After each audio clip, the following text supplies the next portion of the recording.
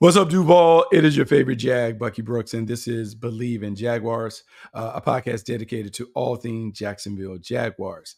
And we are excited to talk to you today because it's official. The team has been cut, they've been set, they've arranged the roster where they have the 53-man roster is set. They've added 16 guys to the practice squad, and even though it will remain fluid as we go over the course of the regular season, the Jaguars are now official.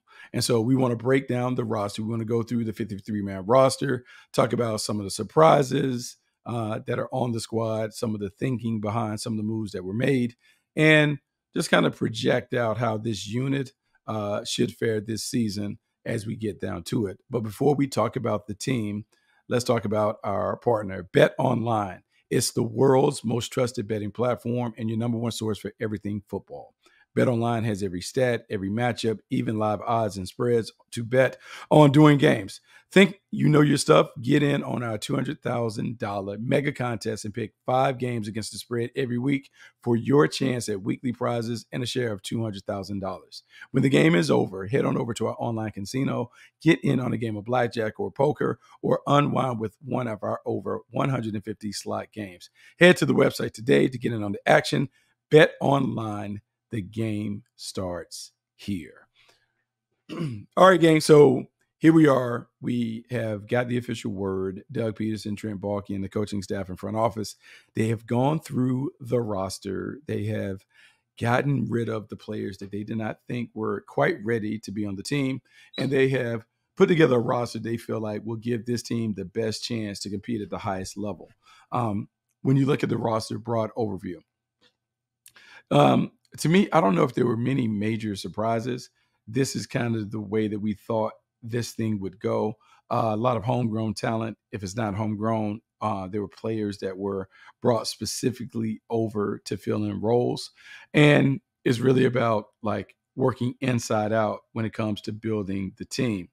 The thing that you should know about Trent Baalke and Doug Peterson, they are a draft and develop crew. They Bleav in drafting the right players, developing those players, and then if those players are good enough, re-signing those players as you're thinking about comprising your core. The nucleus of the talent should be those that kind of come through the developmental process with the Jaguars, because that gives you a chance to sustain success when you're dealing with your own people. When you lean too heavily on free agency, it's hard to have the players in place that understand the culture, the standards, the expectations, the knowledge of the schemes and those things to be able to put a consistent product on the field.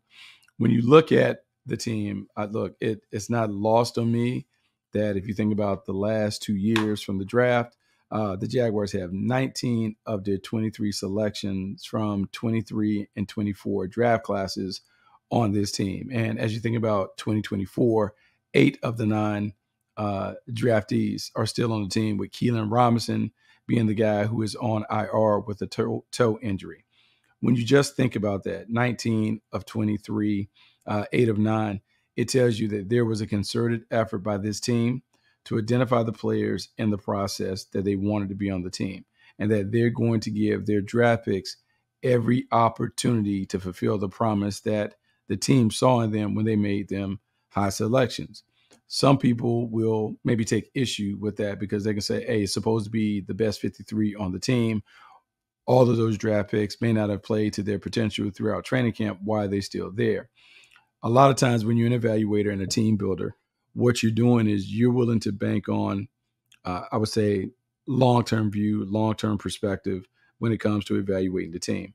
And you're willing to say that the player that we drafted, the person that we saw on tape, the person that we interviewed at the combine, in meetings that we did, pro day visits, and those things, the one that we are projecting out to be a contributor player in some form or fashion based on draft status or whatever, we're willing to give them the benefit of the doubt that they're going to develop into that player that we projected.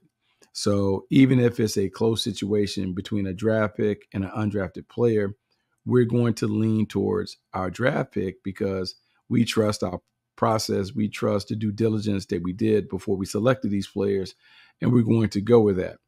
Some would say that it's a little jaded, it's a little biased, it's a way to make your team look good when it comes to protecting your own interests on draft day. I would say that everyone transitions to the league at a different rate. And if you draft a player and you invest in that player, meaning that you're willing to pick him, you're willing to give him a signing bonus, you were willing to say, hey, man, we think this guy has the qualities to be a Jaguar, well, then you should give them every opportunity to earn their way onto the team long term. It doesn't mean that they will continue to ride the gravy train if their production and performance isn't up to the standard, but it does mean that you're willing to give them a little more grace if they don't pop immediately in training camp. And with 19 of 23 from the past two draft classes being on the team, you expect these guys to develop, which is why you've heard Doug Peterson and Trent Baalke talked about development being such a big part of the team. They believe in their draft process, and they want to believe that their developmental process, when it comes to the front office handing the players over to the coaches and the coaches working on the practice field and in meetings to get these guys up to speed, they believe in that process, and they want to give these guys every opportunity to do it. So it makes sense to me. The best teams primarily are homegrown teams that are consistently at the top of the board. They're teams that draft and develop their own players. So the Jaguars are following that model. And when that model is done correctly, when the process is solid and correct, you end up having an opportunity to really sustain your success over the long haul. So that's the first thing that stands up to me, that, look, these guys really invested in the draft. They wanted these guys to stick around, and most of them stuck. So in my mind, it means that the front office doesn't believe that it had egregious misses when it comes to the talent acquisition process through the draft. The other thing that stands out when I look at the roster, look, a lot of teams talking about being invested in the trenches. You hear coaches talk about we're a line of scrimmage team. You hear front office people talk about we believe in building it from front to back, meaning we're going to invest in the bigs, and then we will find pieces around the bigs to supplement the team to make sure that the team is good enough. Well, when you have a roster of 53 players and 21 of those are offensive and defensive linemen, you're committed to building around the bigs. There are 10 offensive linemen that are currently listed on the roster. There are 11 defensive linemen that are on the roster. That is a team that is really making a concerted effort to make sure that they will always be good at the line of scrimmage, at the point of attack. When you think about some of the teams that have consistently kind of been in play and at the top of the league, a lot of them have invested in the bigs, because the hardest thing to identify and to develop in this league are offensive and defensive linemen. But the offensive and defensive line, they give you the chance to control the game in any game against any team. So the better you are at the line of scrimmage on offense or defensive line, the more likely your team is going to be able to win and win big at the NFL level. So the Jaguars, number one thing, dominated the line of scrimmage. It is reflected in their willingness to keep 10 offensive linemen, 11 defensive linemen as they go and build this out. So let's now move away from that part of it where we're talking about the bigs, because we'll talk about them, because I want to go through the positions and kind of break down who's who and what's what and the kind of roles that these guys could play on the team. And I think first things first, you got to start on offense, and you got to start at quarterback. The Jaguars elected to keep Trevor Lawrence and Mac Jones in the quarterback room. C.J. Beathard had been around the team for a while, but the team made a trade in the offseason to get Mac Jones, and that gave Mac Jones the inside track to be the QB2 for this team this season. One of the things that you like about it when you look at the surface, Mac Jones and Trevor Lawrence were both first-round picks. So from a talent standpoint, both possess high-end talent that the league recognized was good enough to project into starting caliber talent, and both guys have started significant games in the league. Personal opinion, Mac Jones is an upgrade over C.J. Beathard. When you watched him in preseason, when you watched him in practice, Mac Jones's arm has more juice, is a liver arm. He has more talent. He can make more throws. He can expand your playbook more than C.J. Beathard can expand the playbook with his arm talent. CJ Beathard was good in the pinch. He did some good things for the Jags when he was there. But Mac Jones should give this team an opportunity if Trevor Lawrence goes down, that you continue to run all aspects of the playbook. You have to do it differently stylistically just because Mac Jones and Trevor Lawrence are different players. But in terms of having the entire playbook, the entire call sheet at your disposal, Mac Jones provides you with that, with his experience, with the fact that he has won and played at a Pro Bowl level. To me, it was a no-brainer. Mac Jones was a better player than CJ Beathard, which is why Mac Jones is QB2. You hope that, knock on wood, injuries will keep Mac Jones on the side. But I think if you're Doug Peterson and Trent Baalke, you feel better about your quarterback situation than you did maybe a season ago, just because there's more talent at the QB2 spot with Mac Jones there. Running back, really interesting when it comes to running back. Team only kept 3 running backs. And the 3 running backs they kept, Travis Etienne, Tank Bigsby, Dearness Johnson. I think it was really easy to see that, look, Travis Etienne is the starter, but you could see that the Jaguars were making a push for Tank Bigsby to have a significant role in this offense. They wanted him to earn that role by the way he performed in the preseason. And look, man, the dude checked off all the boxes in terms of showing not only can he play that role behind Travis Etienne, in my mind, he's a guy that has RB1 potential. Doesn't mean that their RB1 potential will be fulfilled in Jacksonville, but if Travis Etienne is down, I think there's a lot of confidence that Tank Bigsby can handle all of the roles and responsibilities that Travis Etienne had, and he can do it in a little different style, but still give them the production that they want from the running back position. So to me, look, that was a solid choice. He was a 3rd-round pick a season ago, and even though last year was up and down, I think the talent is there, which is why they wanted him to be the number 2 running back.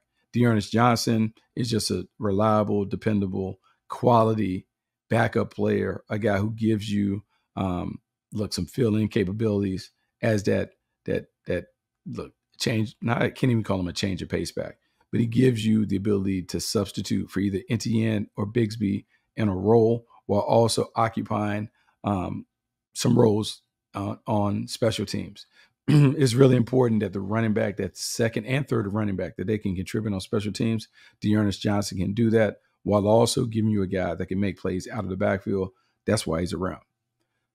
When we go to wide receiver, 6 wide receivers on the team. And I think it was pretty easy to project the first 5 wide receivers: Christian Kirk, Gabe Davis, Brian Thomas Jr., Parker Washington, and Devin Duvernay were going to be on the team. Parker Washington, because he had a strong preseason, dynamic returner. He's a good backup for Devin Duvernay, who was brought in as a Pro Bowl caliber returner, who was going to be either the 4th or 5th receiver. So 4th or 5th receiver. You knew those 5 guys were going to be there. The battle came down between Tim Jones and Elijah Cooks. Elijah Cooks is a size speed freak that you wanted to have around, but Tim Jones is a proven standout special teamer. In the end, the decision probably came down to special teams and contributions. And Tim Jones, you get a guy that can do a bunch of different things on special teams, despite being a wide receiver. He's just really good at covering kicks and being on those kicking units, and that really, really matters. Elijah Cooks, though, is on the practice squad. That gives him a chance to be elevated. If there's ever a situation where one of the wide receivers goes down, Elijah Cooks will get the call. He'll come up. He was good enough to occupy that 6th spot, but Tim Jones's special teams ability gave him the nod. As it relates to the other 5, we know what it is. We've talked about this group. I would say I feel like I've talked about them on every podcast. Christian Kirk, dynamic playmaker in the slot. Gabe Davis, Brian Thomas Jr. on the outside, making it happen. Big play potential from both of those guys. Parker Washington maybe being a little bit of a Christian Kirk clone, being able to do some of the things in the slot. But this preseason, he's shown that he might be able to do even more to maybe put him in a situation to be the 4th wide receiver. And then Devin Duvernay being the returner extraordinaire, who also has some big playability. They'll try and find a way to utilize all of those guys. At tight end, Evan Ingram, Luke Farrell are the guys that you project to start. Bretton Strange is the backup to those guys. Evan Ingram is the what we call the flex tight end, the designated pass catcher, the move around guy, the guy that can create and exploit mismatches. He'll do that. 8-year pro, really good, coming off a season where he had 114 catches, almost 1,000 yards. He should be the number one player in the passing game, sharing that marquee with Christian Kirk as a kind of vie for number one titles in the passing game. Luke Farrell, solid blocker, continues to be the traditional Y when you have both tight ends on the field. And then Brenton Strange is someone that we are expecting to maybe make a jump this year, to be a guy that can be dynamic, to be a guy that can play a role. And as he continues to develop, like he developed over the preseason, he will have an opportunity to make more plays. Remember, he was a second-round pick. He is someone that they believe can develop and do some of the things that Evan Ingram did. He just has to continue to show it in practices. And then when he has opportunities in game, he has to make those plays. So 3 tight ends on the roster. We've talked about 10 offensive linemen making the team. Normally, you would like to think on game day, you would take 8 guys. You address 8 guys. You have your starting 5. You have a backup center. You have a swing inside player and a swing outside player to be able to do it. The Jaguars' projected starting offensive line is exactly what we thought it would be. Cam Robinson, Ezra Cleveland, Mitch Morse, right guard Brandon Schiff, and right tackle Anton Harrison. The backups, Cooper Hodges, Walker Little, Luke Fortner, Cole Van Lannon, and Javon Foster. Walker Little, I would think, is first man off the bench when it comes to any of those positions. The center, the backup would be Luke Fortner. Guy started for 2 years. He now have an opportunity to watch Mitch Morse and see if he can learn from Mitch Morse how to dominate at the point of attack. The guys who are really interesting when I look at the roster, Cooper Hodges and Cole Van Lannon. And the reason why they're interesting is because the Jaguars parted with like a trusty veteran and Tyler Shatley. And Tyler Shatley was quality, dependable, like a reliable backup that you could throw in there in any situation. To me, it suggests that the Jaguars feel very comfortable about their young players, Cooper Hodges and Van Lannon being in their second and third years respectively. And then the team also kept around Javon Foster, who's a draftee this year. They want him to develop. They want to see if they can take the full year to maximize who he is as they look to the future at that starting line and wonder if they're eventually going to have to replace Cam Robinson with another high-quality player on the edges. That is more of a late in the season, off-season discussion. But Javon Foster stays around because he was drafted. They like his size. They like the fact that he played a lot of games in the SEC. Now he has to continue to develop on the practice field. But 10 is significant, very significant when it comes to it. So, yeah, Cooper Hodges, Van Lannon, keep an eye on those guys. They certainly have done a really good job of earning their spot. We'll see what it looks like, but it's been really, really good in terms of watching this offensive line develop and what they could eventually be if everybody is able to stay healthy. On the defense side of the ball, this is where it really got curious to me. So defensive ends, the starters are Josh Allen and Trayvon Walker. Eric Armstead and Miles Cole are also listed at the position. And while I'm not surprised to see Miles Cole listed as defensive end, Eric Armstead is the one that is a bit of a surprise listed as a defensive end. And if you go back and look at his history in San Francisco, he's played inside, he's played outside, he can play multiple positions, but it just makes you think that maybe there's some bigger plans to move around Trayvon Walker when we look at this defensive line.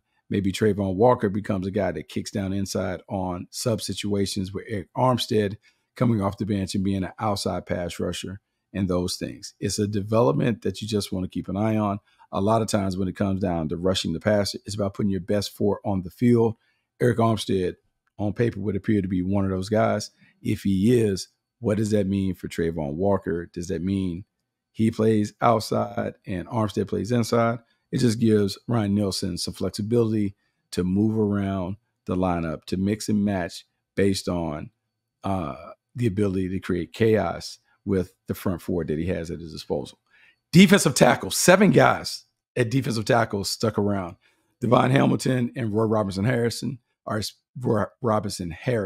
are expected to be the starters. We've seen this combo before. Big, physical, long, kind of looks like the team that you want to look like in terms of the prototypes. They're big, they're physical, they have the ability to get it done. They can overwhelm you with their size and strength and power. And when this duo is playing, they should be good. Devon Hamilton, in particular, is a really good player on the inside.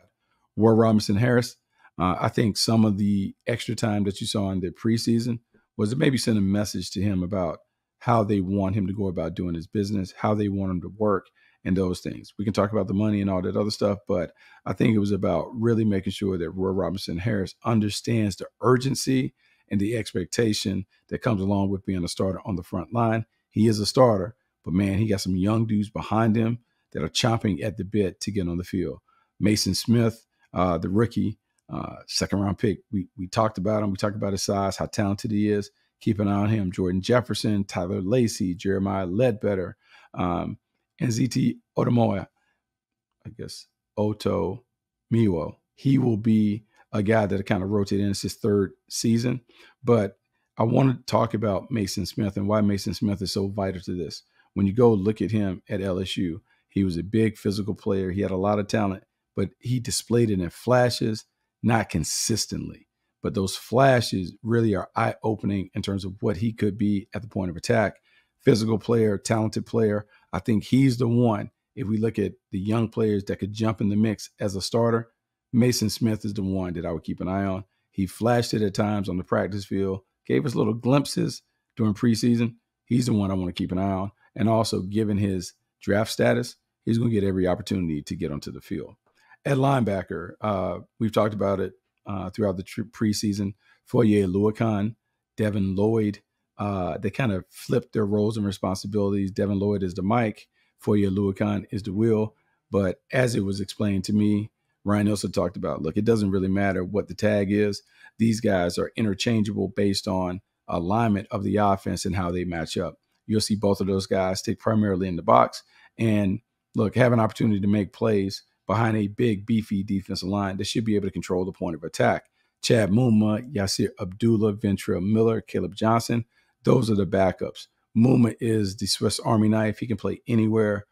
Sam, Will, and Mike can back him up. Yasir Abdullah is someone that could give you a pass rushing presence from the second level. Ventrell Miller was really good throughout the preseason at Mike linebacker. And then Caleb Johnson is one of the best special teams players. He is going to be a key player in the kicking game. That's why he's around, and that's why they expect big things for him when it comes to those special downs. Cornerback. 5 cornerbacks stay on the roster. Tyson Campbell, Ronald Darby are the starters. We thought maybe there would be a little competition where Jarian Jones could maybe get into the mix at corner, but right now, Ronald Darby holds them off. Tyson Campbell is the number one. And for a team that likes to press, the people that they kept around are guys that really excel in that. You saw it very early and throughout training camp. This team wants to go nose to nose. They want to challenge you. They want to take away the cheaps and the deep shots. So they're taking away the layups, the gimmies, the bubble screens and all that. And then they're going to take away the deep ball. They did that they were outstanding throughout the preseason. You want to see them continue to work at that. The backups, really young players with a lot of potential. The 2 draftees in particular, Jarian Jones and DeAndre Prince, love their skill set, like what I saw from them. They're athletic, they're feisty, they get after it. Their talent really matches the technique and the scheme that the Jaguars are really employing. Buster Brown may be the biggest beneficiary from the move to the new scheme. You can just see in his body type, his length, the way that he played, he is more comfortable in this system than the previous system, which is why I have high hopes and big expectations for him this year. At safety, Andre Cisco, Darnell Savage, projected to be the starter. Cisco, I tell you, he's going to be a star in the system. Darnell Savage is someone that comes over from Green Bay, former first-round pick, a lot of versatility, can play in the slot, can play high, really good athlete that allows them to match up. But don't be surprised if you see Antonio Johnson playing in the deep half with Andre Cisco, with Darnell Savage dropping down. There's some versatility and some flexibility that they have when it comes to their lineups.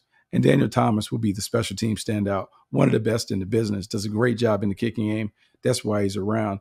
And don't forget about Dewey. Even though Andrew Wingert is on injured reserve, he's designated to return. The veteran will be a big contributor to this team when he comes back. What I like about him, he's a coach on the field, makes plays, can get it done with limited reps in games, in practice. So give him a chance. And then the specialists are the same. Cam Little, Logan Cook, Ross Matizik, they come back as specialists. So overall, what I feel about the roster? The roster is solid. I mean, there's nothing flashy or spectacular about the roster. It is one that is it is put together where the puzzle pieces fit, and it's put together with overall development and in mind, but also making sure that the pieces of the puzzle complement one another. This team is this team has the potential to be one of the better teams in the AFC, but they have to play to their potential. Now, their potential is more as the collective than the individual, meaning that the unit has to operate together for them to maximize what they could be. But it's very sensible to look.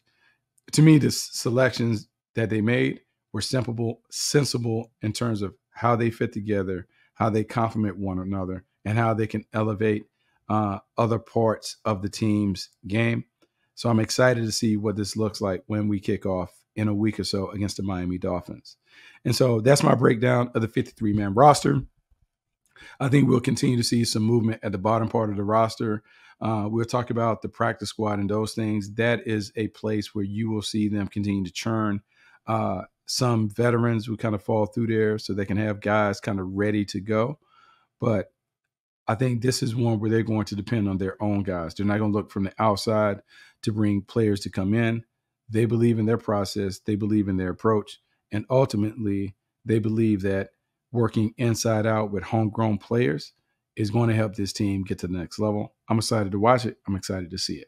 So that's the podcast for today. Make sure you continue to rate, review, subscribe to the podcast. Make sure you tell a friend to tell a friend about the things that we have going on within the community. Also, make sure you check out my colleagues at Bleav Network. Some of the stuff that we are doing on Fubo and YouTube is some of the best in the business. Give them a like, give them a listen. Make sure you have some of your friends who rock with other teams. Make sure you kind of send them over to the podcast and things that we're delivering on the network. Until next time, I'm Bucky Brooks. We will chat all about the Jags again next time. Later.